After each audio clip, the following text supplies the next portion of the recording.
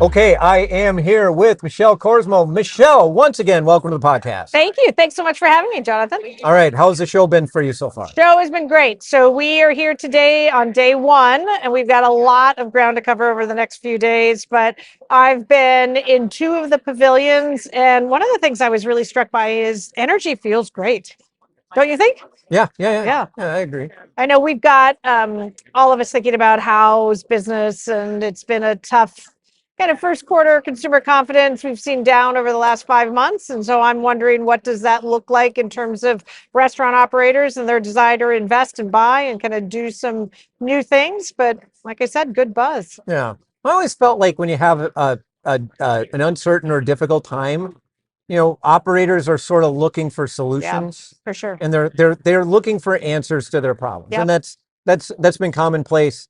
Is they want to know how they can improve Right. their Can't keep finance. doing things the same way we've been doing them and expect different results. So what are the new things? Right, Yeah. and that's where they go. So what's just generally what's your sense of the industry where it is at right now? So just as you've said, I think the industry is really in a space right now where everybody's uncertain. We don't know exactly what the next 6 months, much less the next year and a half, are going to look like in terms of economy, in terms of consumer confidence. Everybody's thinking about tariffs and how tariff prices are going to impact the industry. There's some optimism that it could be really good and positive, and then there's some concerns if things don't actually work out, we don't get these deals going. What does that look like, and what do those prices look like for our menu items? So kind of a mixed bag. I think that when I talk to operators about how they're feeling about this uncertainty, they go back to fundamentals, right? What makes the business strong? What is that experience that they're creating for their customers? How are they ensuring they're providing value? And so that's another reason why I think there's a lot of buzz at the show, is they're going back into those things that provide value. Yeah. Well, I mean, one of the things I'll say about the industry today versus like 6 years ago, Yep. it's been 5 years since the pandemic, which I still can't believe, I know. is that, and we looked at this, and the industry is more efficient than probably it's ever been. Yep. And they've learned a lot. One thing is that they've learned a lot over the past few years about how to deal with Constant change, a ton of uncertainty. disruption in the supply chain. Oh, the supply chain has been huge, right? Labor, increased labor shortages, sometimes an uncertainty about how many employees are going to have on any given day. Right. Those are a lot of very significant things for restaurant operators to have to manage in order to make sure they're still delivering and keeping those customers coming back. Yeah.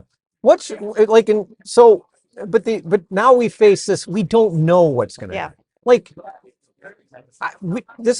we haven't seen anything like this, right? And I know in our lifetime, in our lifetimes, like it's been 100 years, And how many times have we said that?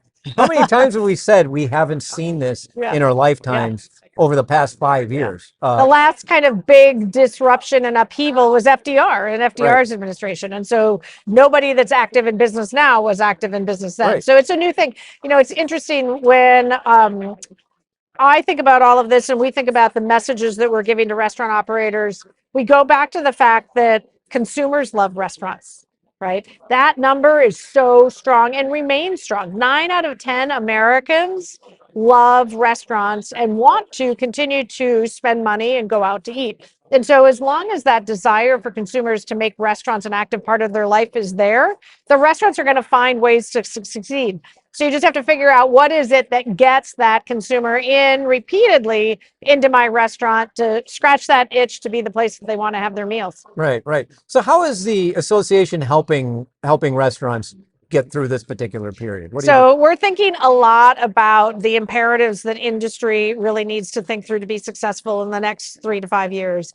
And it's two things that we're primarily focused on right now. One is unleashing breakthrough efficiency. So as we talk about everything that's going on for what we've gotten better at, supply chain issues, operational issues, all of that efficiency is helping make it easier for them to have more options in terms of what they're doing to provide really value prices for the consumers.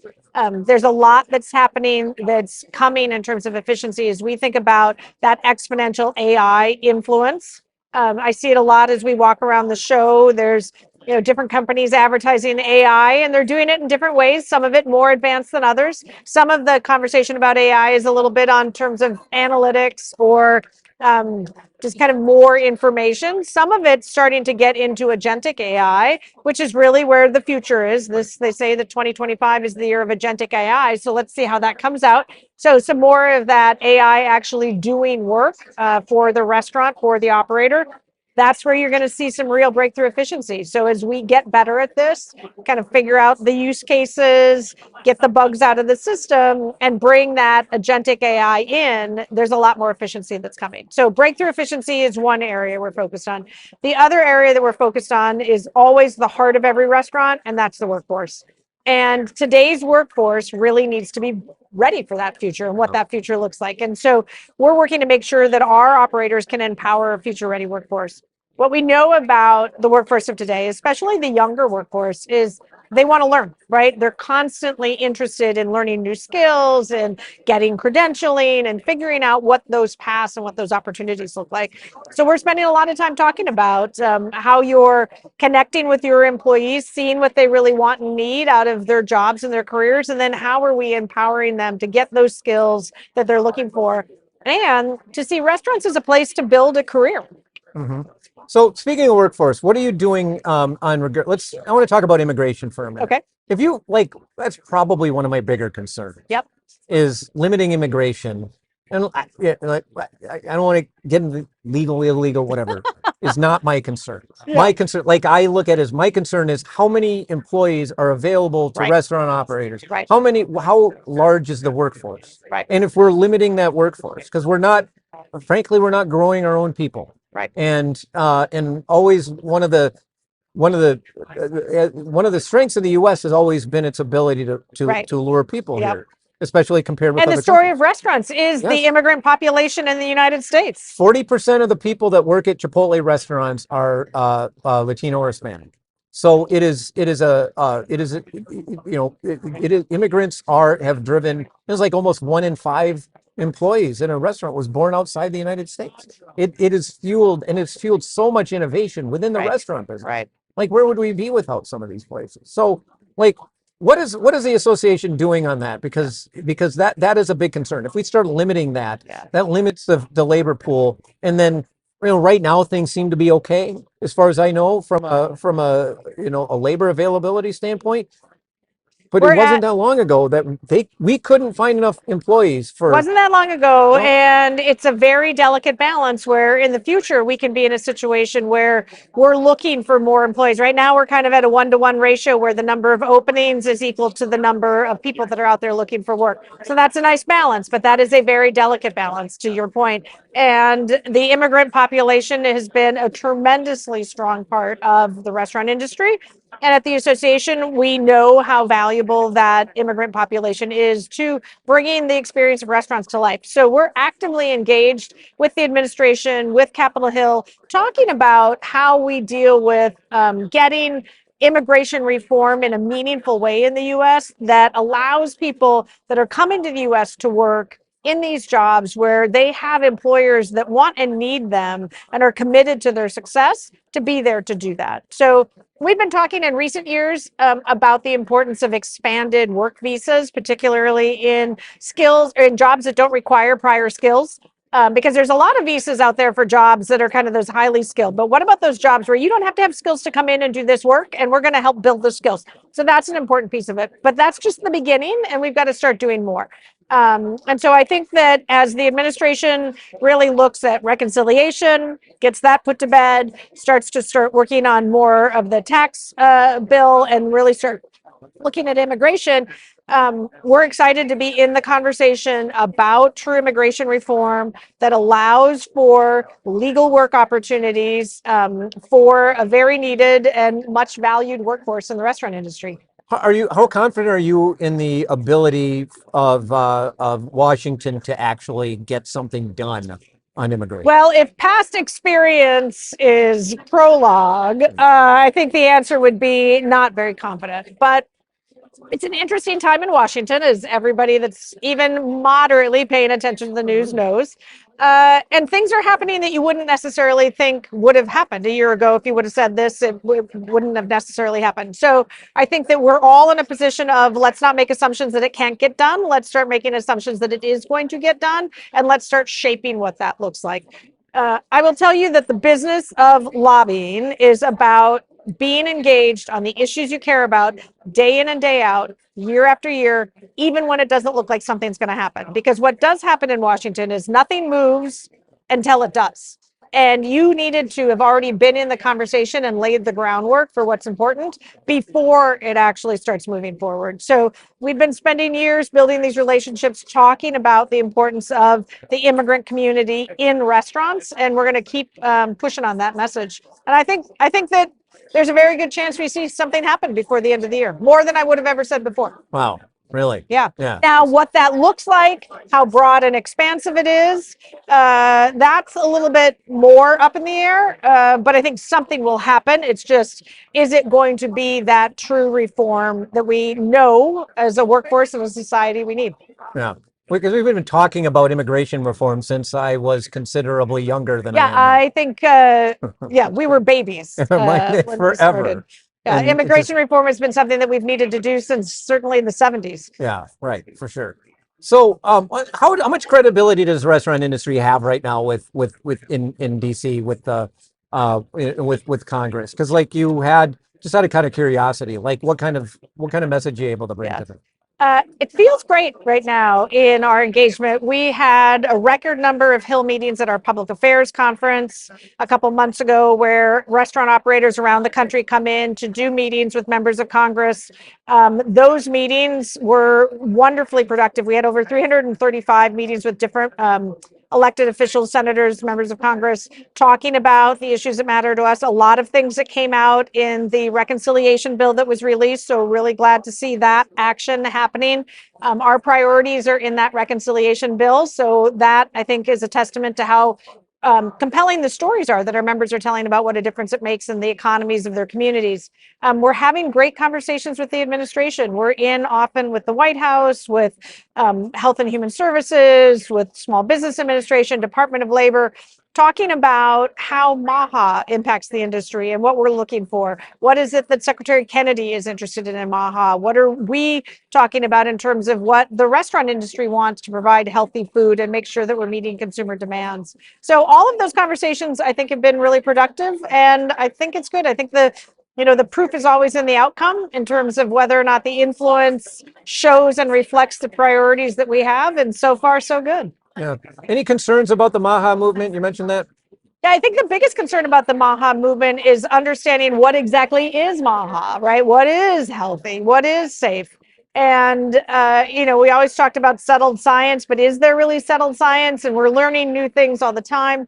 I think the message that I'm hearing from the Department of Health and Human Services and Secretary Kennedy and his team is that we can all take a look at our food and our food supply and our food sources and the additives at times in our food, much of which, as we point out, are put in there for very important health reasons, right? We're talking food safety is our number one priority. It's the number one priority of every restaurant operator out there to make sure that they are serving healthy meals that don't have food safety issues. And so as we look at the additives, a lot of them start from that perspective.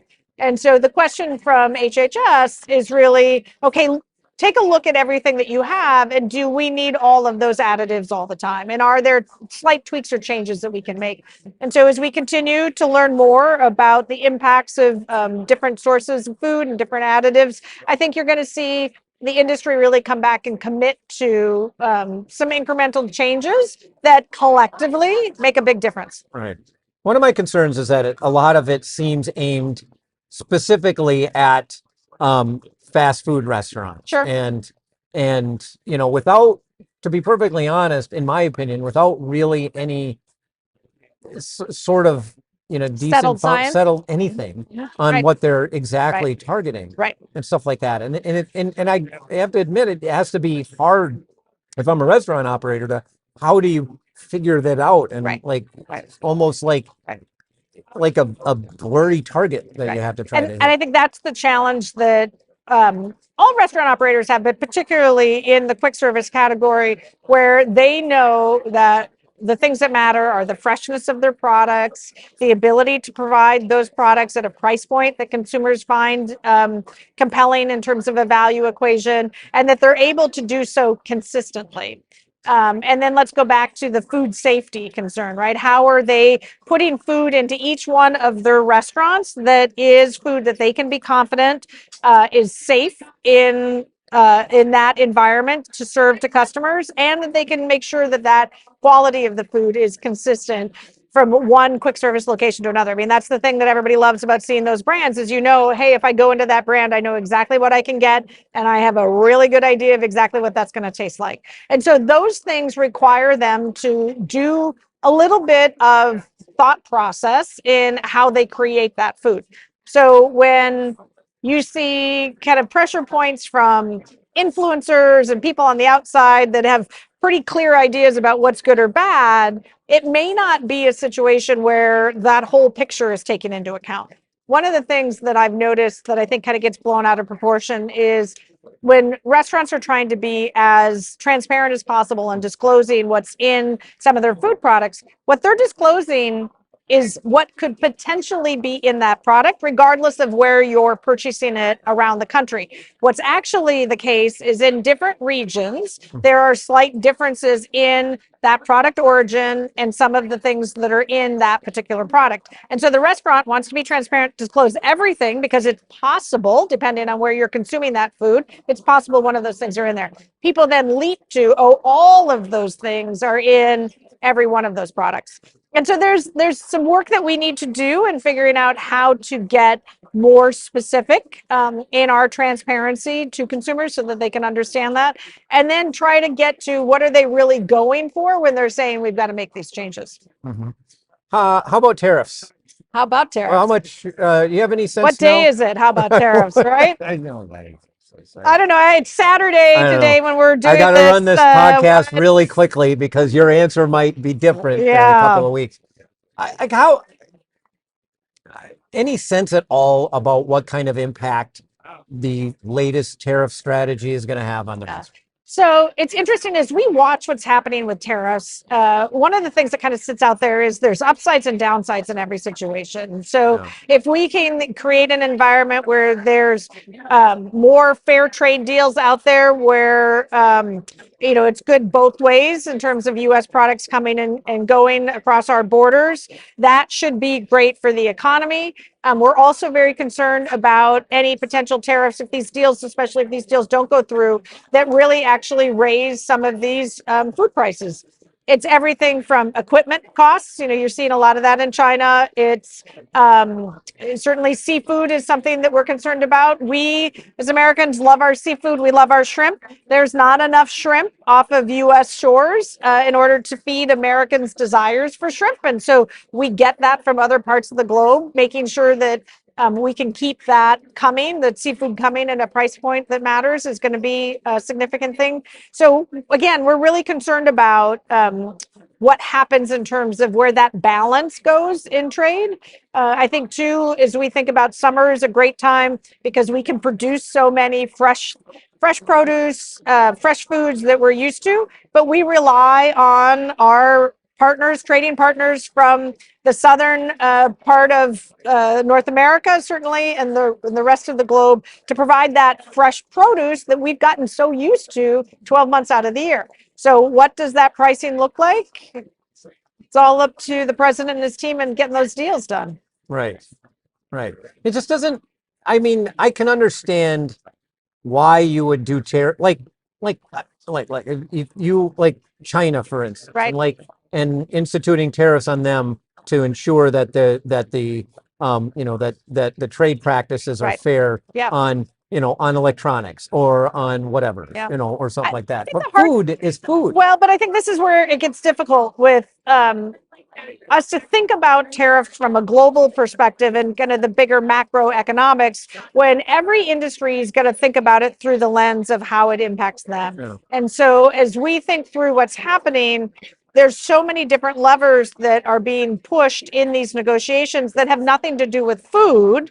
And so we're kind of worried that we may be collateral damage in that environment. Yeah. And this is where we've taken the approach of going in and talking to the White House about, okay, these are the areas that we're really concerned about. These are the things that can really impact food costs. We know the president cares a lot about keeping food costs down for consumers. Matters to us as much or more than it matters to him. And so these are the things that they need to really be mindful of and watching out for. I think that we all know we're never really quite sure what the president's going for when he's making announcements all the time, and then different things happen. So the way that we're looking at it is just to be really transparent about what will impact the restaurant industry, what will impact our food supply, and the ability for our small businesses and large businesses as they're building their restaurants, doing that work, that they understand where that impact can come back if some of these trade deals don't work out favorably. Right, right. I mean, to be honest, my biggest concern with tariffs is really the impact on the consumer sentiment, and that's big right now. It's huge, right? I mean, look, I'm really concerned. The thing that scared me the most, to be perfectly honest, recently was the Walmart pronouncement earlier this week. Yep. Where they're saying we're gonna raise prices. Yep. Walmart's customer base cares a lot about price. They care a lot about price. And that's the brand promise from Walmart. And then what happens what is that going to do to consumer sentiment? If they start seeing, because right now we haven't really seen the impact on price from the tariffs. That's coming. Right. Because there has been tariffs. Eventually we're going to have to pay for that. And then what does that do to consumer sentiment once they start seeing price? Right. And you have a consumer that, frankly, people were so mad about prices that that's why Donald Trump is in the office, as far as I'm concerned.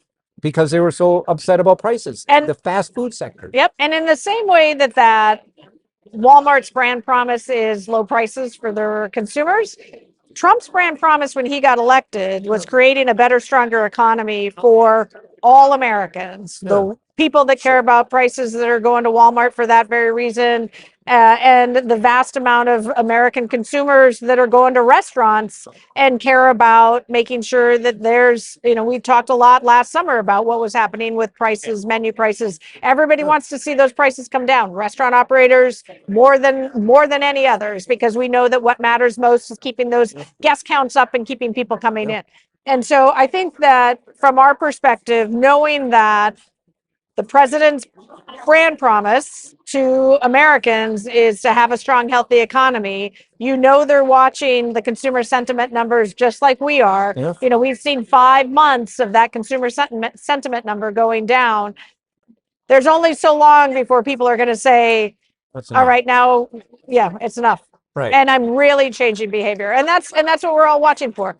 Q1 for restaurants, as you know, was a pretty tough bag. Abysmal. And certainly mixed. We're seeing a lot of really mixed reactions. Yes. Seeing a little bit better from the April numbers, but I think everybody knows it's inconsistent. And so this goes back to why it's so important for restaurants as they're dealing with this volatility to get really good at breakthrough efficiency and really ensure that they're unlocking that future ready workforce that's delivering on hospitality that keeps people coming back in the door. Right. Yeah. At the end of the day, it goes back to what you were saying earlier. People love restaurants. People love restaurants. They do. And it's if you got that, you can figure it out. You can figure it out. And even in the first quarters, bad things were. If your restaurant companies that have that figured out did fine. Yeah. And as my grandma used to say, you got to eat. Yeah, got to eat. Got to eat. And it's a lot more fun. So let's do that in a restaurant. Yeah, because you don't have to do the dishes. Yes, exactly. Right. No way. They cook a lot better than I do. yeah. And they're really good. Yeah, they're really good. Yeah. Michelle, this was fantastic. Really appreciate you joining me in on the podcast. Always a pleasure, Jonathan. Thank you so much. And that should do it for this week's episode of A Deeper Dive, which was edited, as always, by Spoons, with some special help from our friends at Informa. Artwork by Nico Hines. You may find this and other episodes of the podcast on our website at www.restaurantbusinessonline.com/article/deeper-dive. But please subscribe on Apple Podcasts or Spotify. I'm Jonathan Mays, your host, podcast producer, and the editor-in-chief of Restaurant Business. Thank you for listening.